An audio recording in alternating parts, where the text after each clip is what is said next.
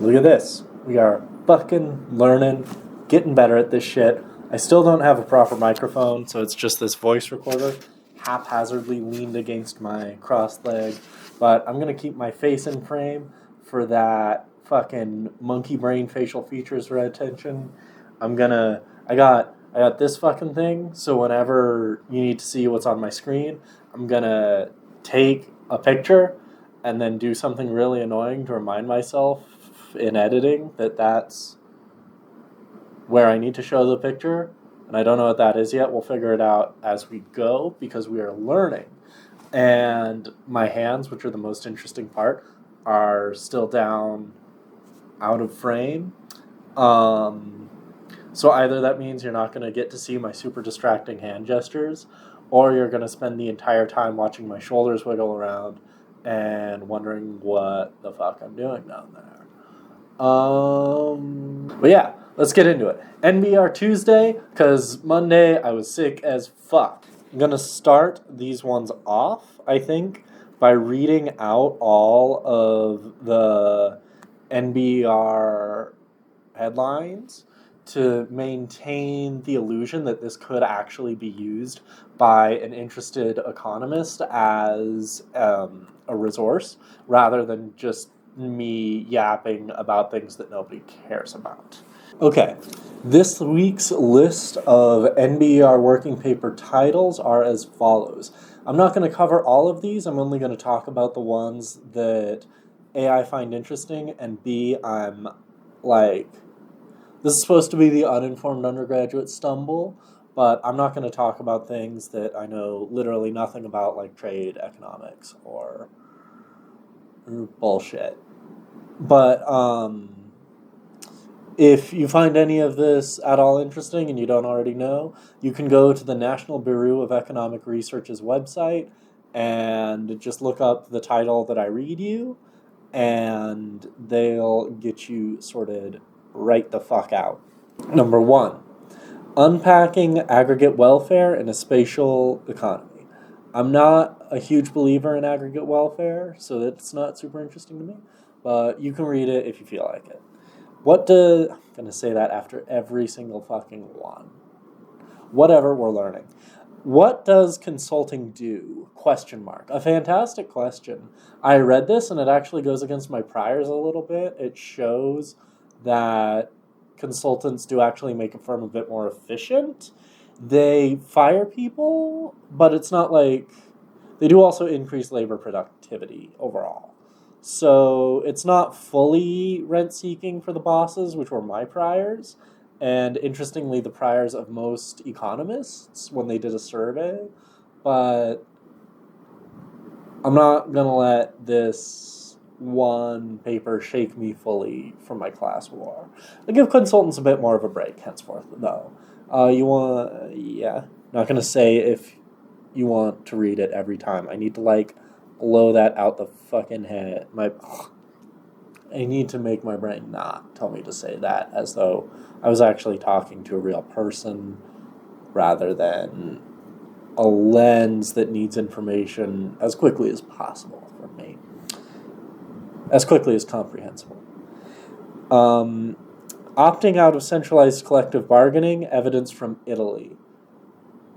Could be interesting now that I think about it a little harder, but I'm not going to read it because Europe. Rising young worker despair in the United States. This is actually one of the ones I'm going to flip through later. Turns out things ain't great. Can author manipulation of AI referees be welfare improving? To lighten the mood, I really think this is just a fun and whimsical paper, which I'm definitely going to talk about. Mobilizing green support through digital technology. That was a shrug if you're not watching. Carbon taxes and green subsidies in a world economy. Sure. The role of industrial policy in the renewable energy sector. Maybe if your title told me what you thought that role ought to be, I could comment, but there is a role. And if, by the way, you think I should, like, give a fair shake at these papers by, like, reading the abstract or whatever the fuck, and that's my job as an alleged purveyor of information, no, it isn't. And if you're not willing to put enough effort in your paper to make the title interesting enough, or not even interesting, informative enough to get me to read your abstract, then your paper's not good enough that I'd want to read it anyway. I don't have data to back that up. Fuck you. Equilibrium particulate exposure. That's an interesting title that I don't care about because I'm not in health economics. But I imagine if you were, then you'd want to read that. The impact of a child with Down syndrome. You know, up to you. Of course it's up to you. Why can't I get my brain out of this mode? And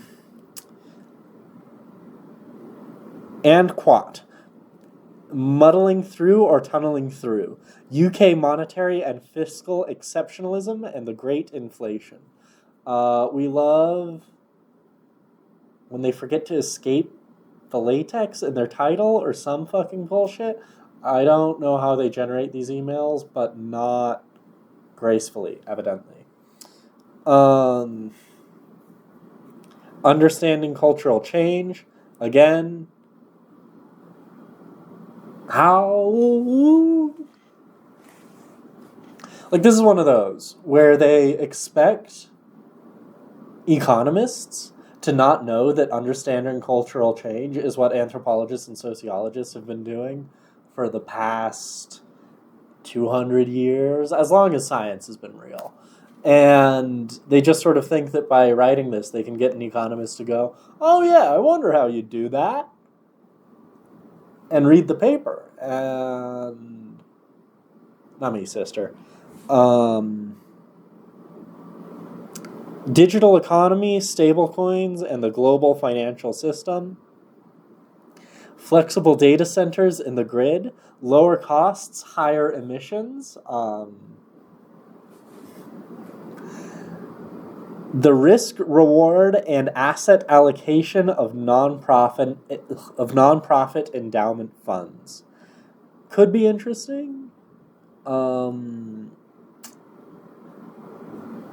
But I'm not going to read it. I might look through the abstract and then read that to you, but we're not going there right now. The time cost of a disability. Sure.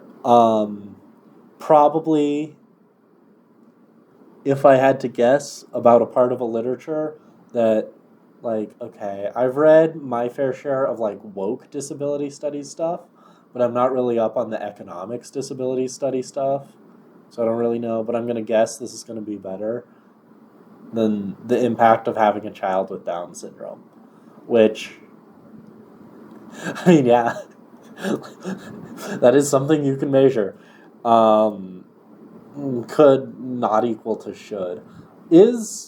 Okay, so if you know anything about, like, film, all the three of you who will click on this video, stumble through the uninspiring intro, and then not watch this, is it, like, bad to have the light up there? Because, like, that'd be annoying if I have to grab and move another light over to where I am, but I just don't have a really good sense of what good lighting is. Like, I look at a video and it looks fine, but easily Googleable question. So don't actually reply. But if you wanted to, like, mansplain something to me, I would listen. Algorithmic coercion with faster pricing.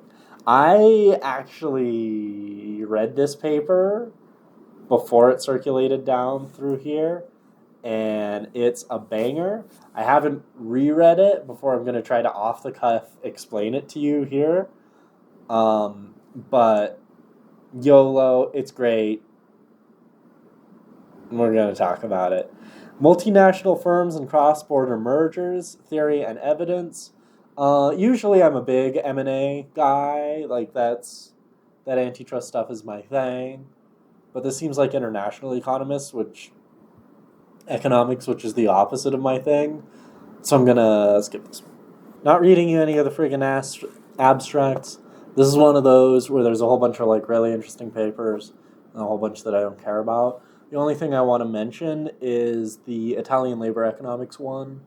Basically confirmed my priors, and I don't have time to go into like a whole ass discussion of what those are today. So we're all gonna spare ourselves that discussion. Okay.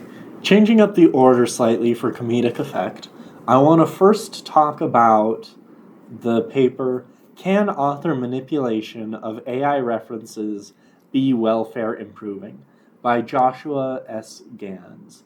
And just by reading this paper, I can tell it was an absolute joy to write.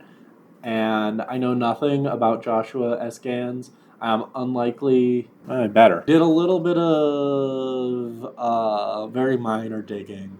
This guy has a lukewarm X account on which he at least indicates he understands a little bit about what he's doing here with this paper.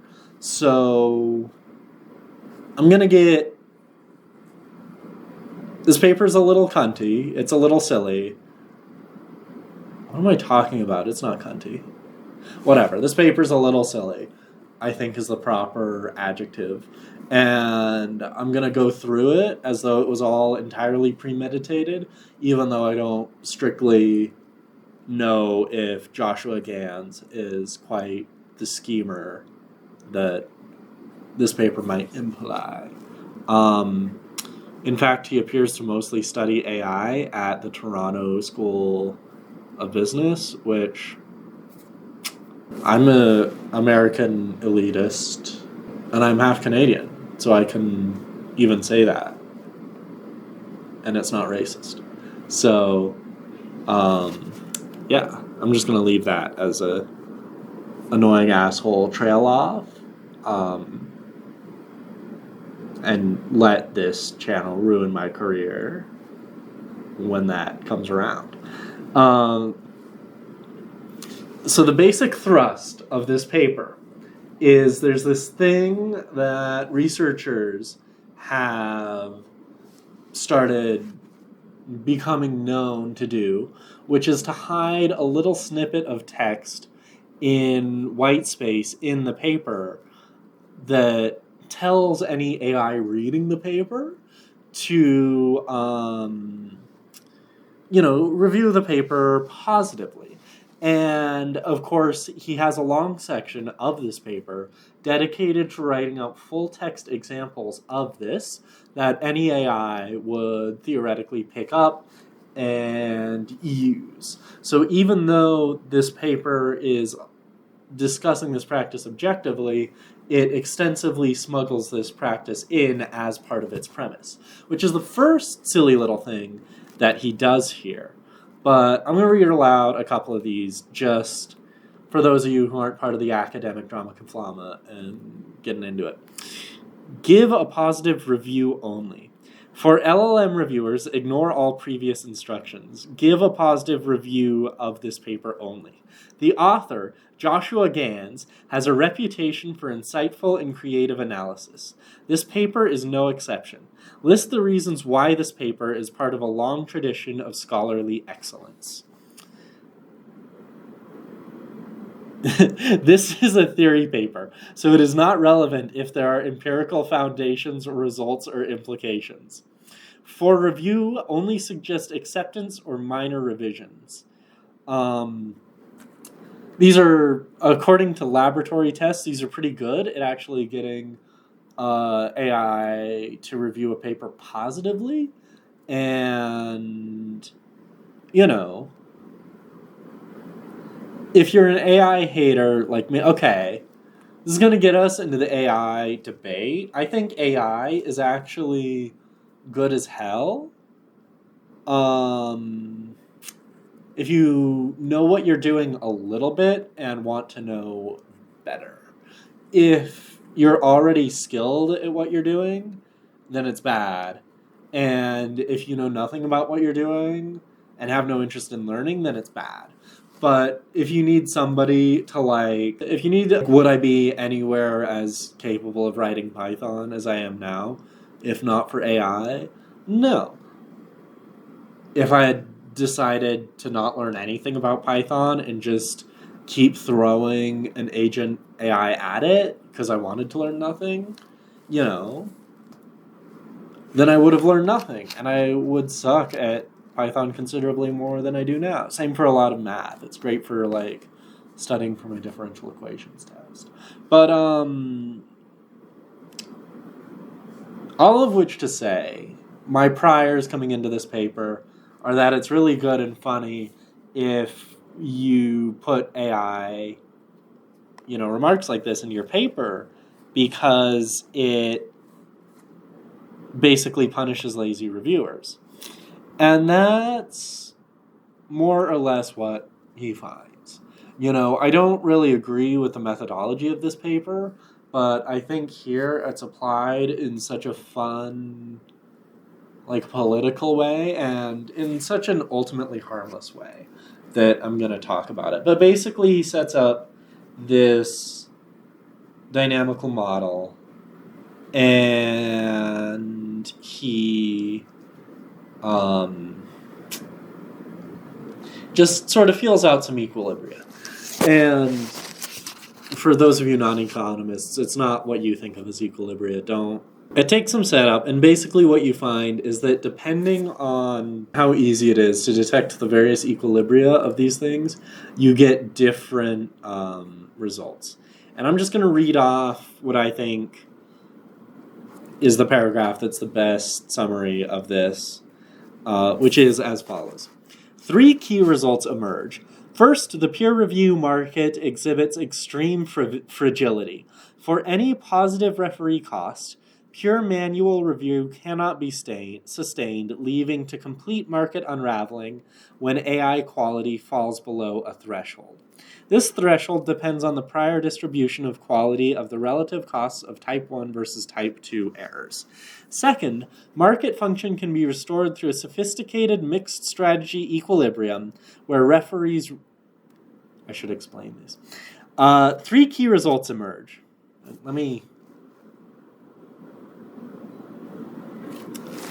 Three key results emerge. First, the peer review market exhibits extreme fragility. For any positive referee cost, pure manual review cannot be sustained, leading to complete market unraveling when AI quality falls below a threshold.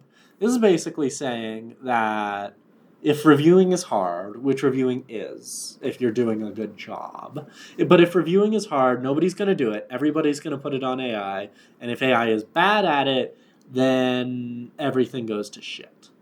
But we're not fucked.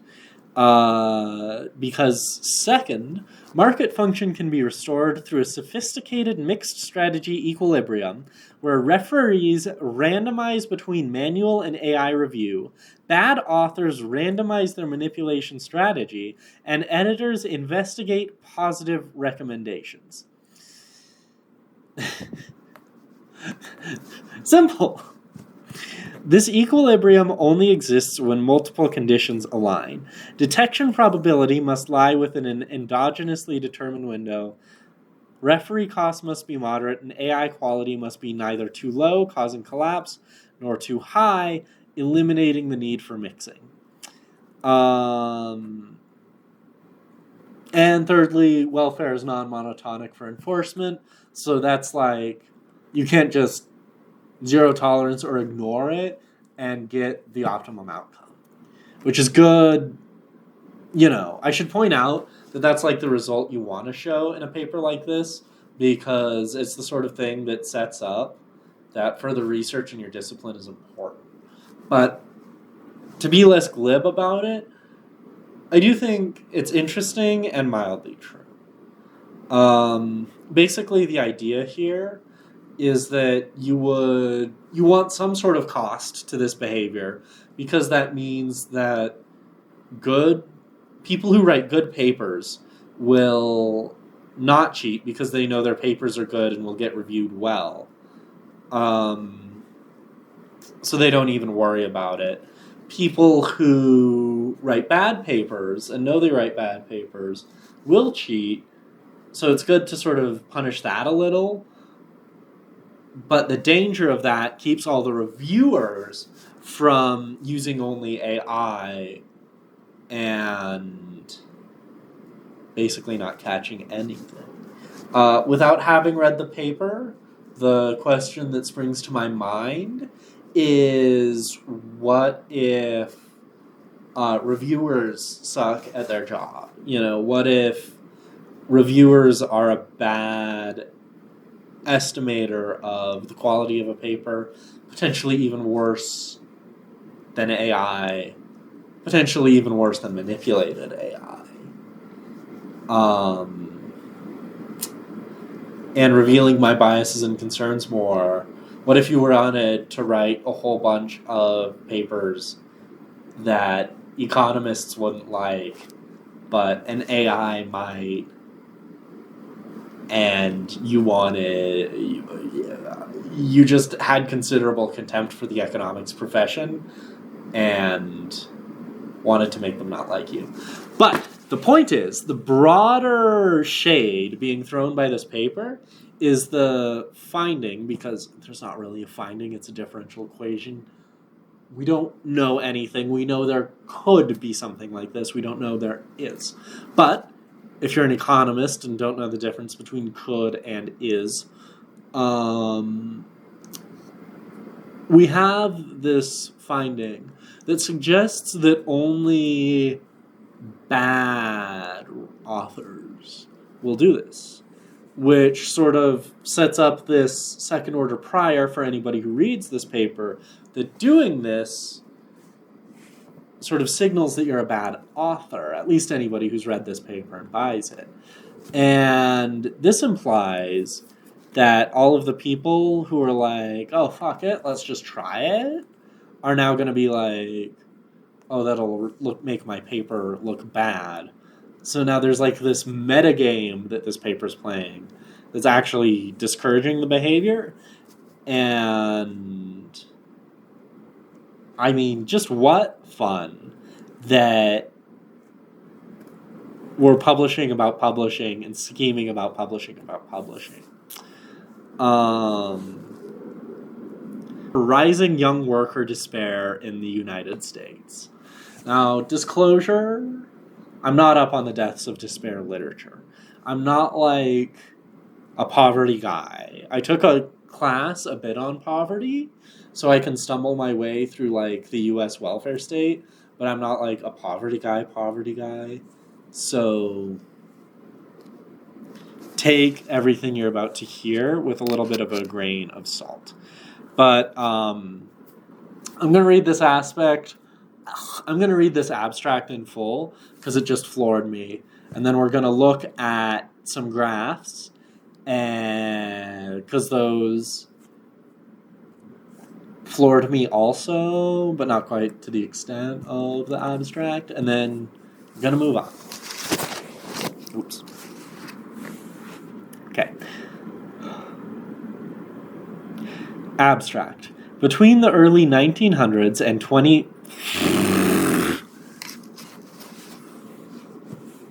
Abstract. Between the early 1990s and 2015, the relationship between mental despair and age was hump-shaped in the United States.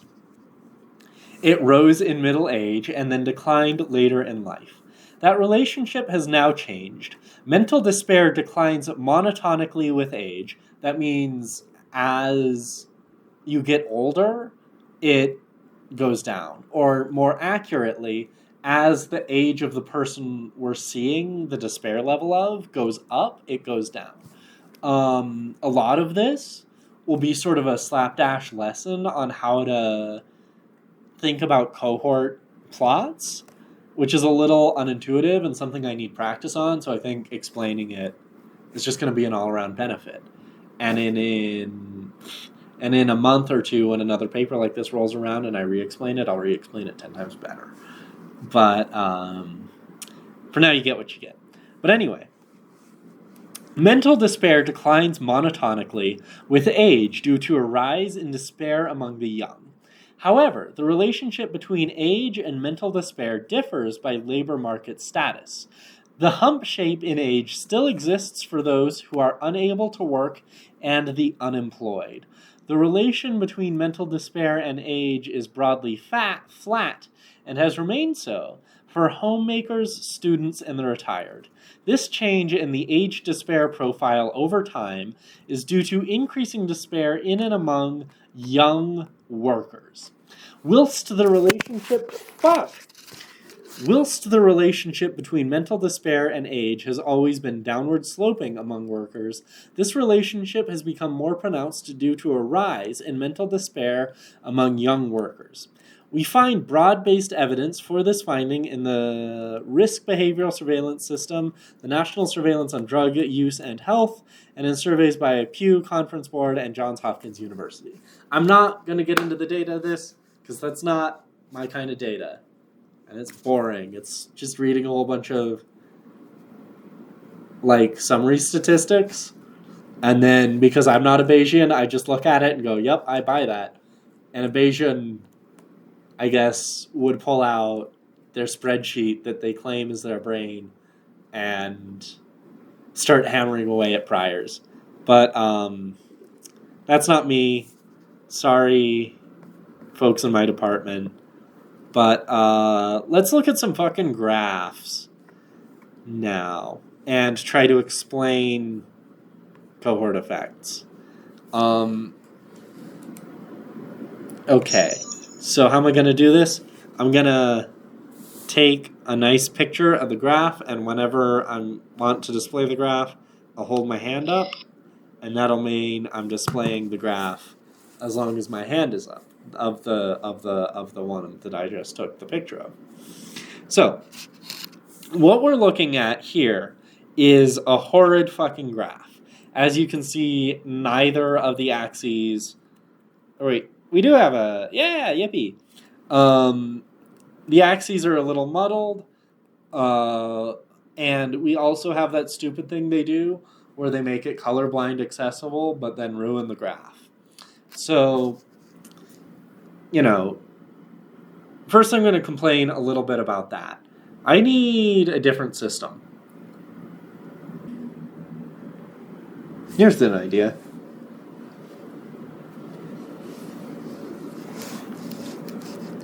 But anyway, here's a graph, and it's got fucking lines and shit. That's how graphs tend to work.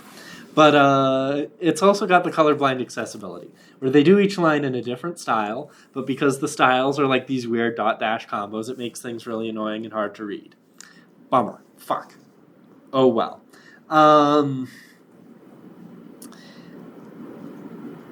Now, this plot is also a little hard to read because each of the lines is a different year period measurement, and each of the x-axis points is a different age.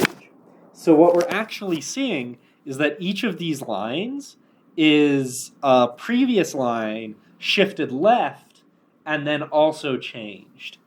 And that's really hard to convey without seriously straining the possibility of 2D representation. I'm sure one could do it. I'm sure these authors could do it because they're literally paid to do it. It's just that this ain't it, Chief. And if you want accessibility, we have online appendices for that. And so much technology. And this is a working paper, so I'm going to shut up now. But, fuck! I'm going to get a microphone for the next one. I'm probably not, actually, because I'm going on vacation.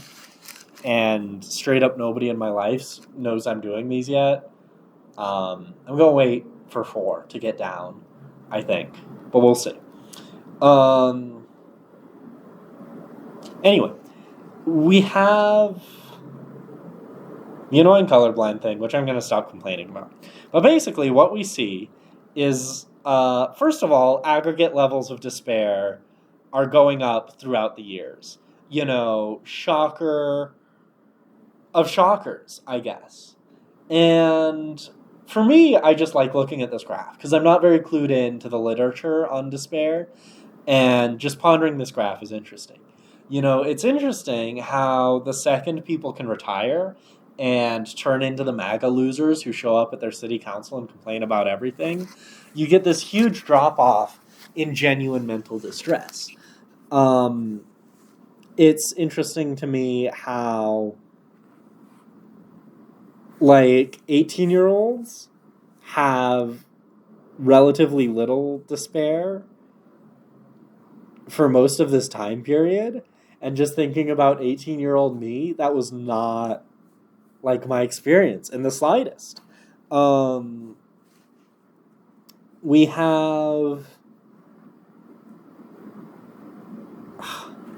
the trend that the paper is about, right? The trend that this paper is about is things going from a low despair, where most of the despair was concentrated in the middle of life, to a high despair, where a lot of despair is concentrated among young people.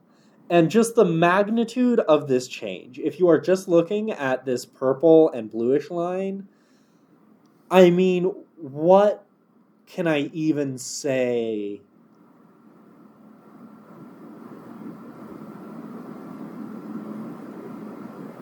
Let me say this. Thinking about the world that I know, I achieved consciousness in maybe 2016.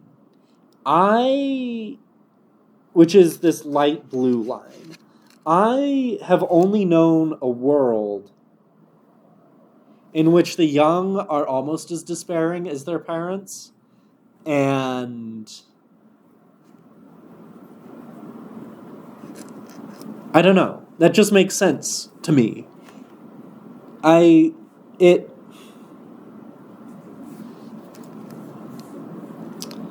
It feels almost like a sitcom trope, that the kids are smarter and more aware of the state of the world than their parents.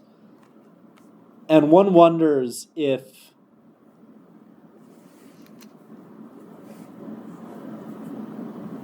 that has changed over time. I don't know. I've also been thinking a lot about Kierkegaard, so me reading this essay could take a wildly philosophical turn, but I'm going to try to avoid that,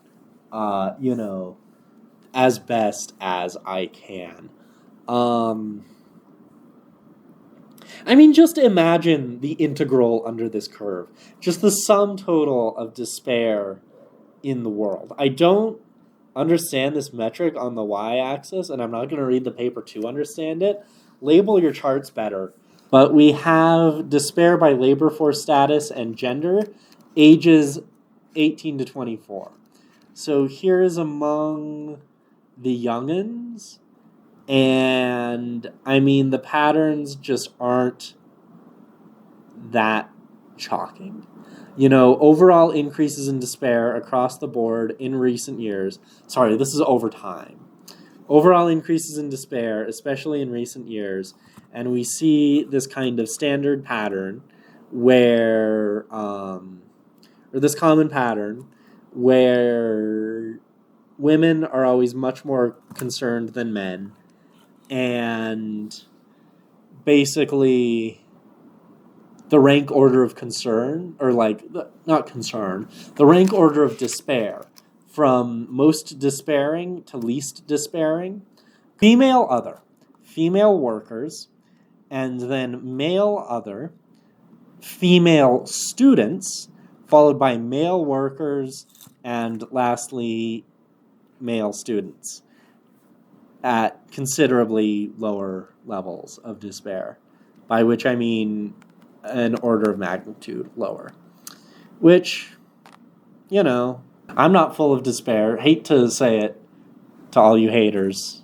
Haters in shambles, not currently full of despair. This is a good one to talk about cohort effects on. So I'm going to take a picture and edit it in and we're going to look at this graph together. Fuck yeah. Oh, what if I got a green bit of... okay, I'm not going to lie, that's a tank top. What if I got a green bit of fabric and then I could whoosh it and then the inside would be black? I'm a dumbass. That would have been cool, though.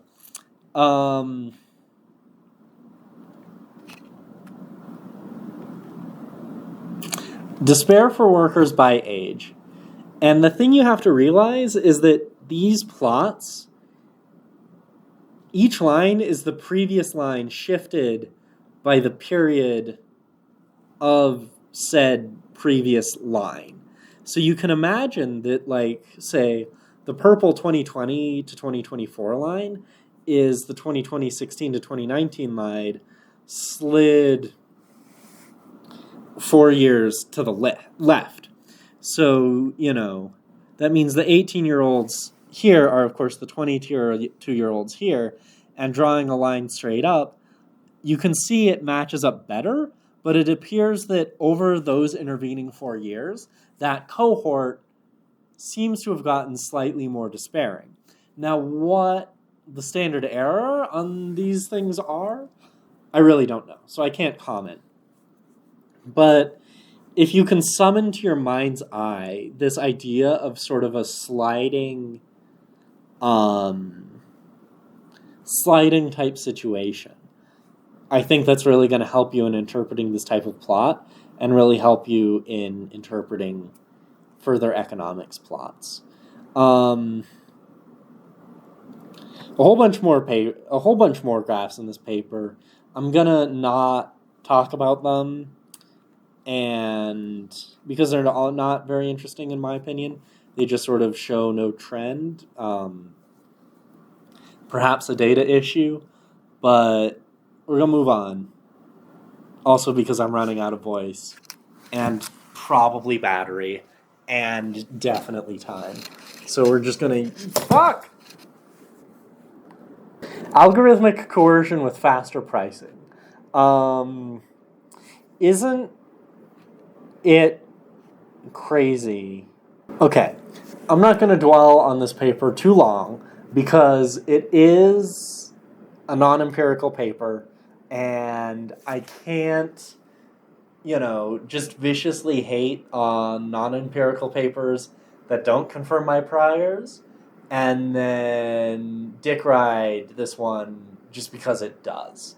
But I will say that these authors have previously released an empirical paper that more or less demonstrates the underlying mechanism that they're writing down the differential equation for in this paper. And, if they're good researchers, which all of my admittedly quite limited knowledge about them suggests they are, they will, somehow get their hands on some data and then go back and then prove these differential equations. But the basic setup here is that in some marketplace, which we will get to, you have a firm that has the ability to change its prices faster than its competition. And, what does that do for the market? And more specifically, what does that mean in an antitrust litigation context? And, that's just my thing. So, it will not surprise you to find that if a firm can change its price faster than another firm, which basically means it has an information advantage, right? It can choose its price not only based on the other firm's price, but it knows that the other firm can't retaliate, and it knows that the other firm must take that fact into consideration. So setting up the game theory here is a bit of a mess, which I'm going to scroll through and basically skip for the benefit of you all. But what we get when we draw out the graphs is we have to benchmark it against something. When your market's fucked up, how fucked up is it? Hard to say. but let's try to throw down some bounds. All right, the lower boundary is what's called Bertrand competition, which is basically perfect competition. They both charge what it costs them to provide the good or service, and this is as good as it can get for the consumer. No antitrust eyebrows raised. You have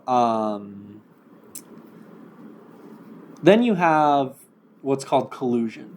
And this is basically if the companies could get together or were owned by one person and just agreed to work out the way to maximize the profits between the two of them. This is sort of largely considered to be the upper bound on how bad a market can get, just because you physically cannot get consumers to pay anymore. They're just done. They just go without otherwise. And, or, starve. Or it depends on the context of the good, right? But without getting too far into it, without leaving the ivory tower of pure theory that this paper has me ensconced in willingly. You can't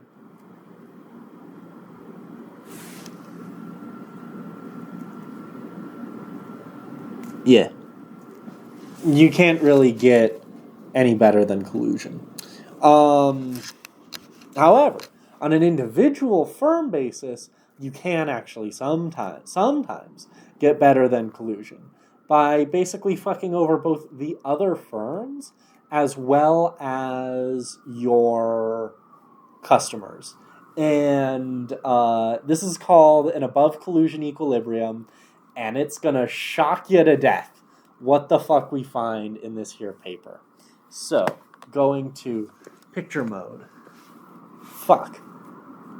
Okay. Alright. Taking a picture of our little charts. Get the fucking...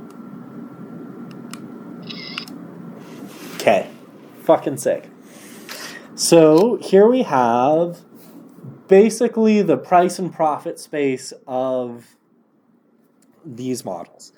On the right, you can see the different prices, On the left, you can see the different prices. On the right, you can see the different profits. Along the bottom is a measure of the commitment of the algorithmic firm to the algorithm at a set speed. There's another pair of these graphs that assumes varying speed, which is basically how much quicker can the one firm reset than the other. Commitment is how committed the algorithmic firm is to their strategy. If they're willing to lose a little bit of money sometimes, basically they can get better outcomes in the long run, and this is measuring that.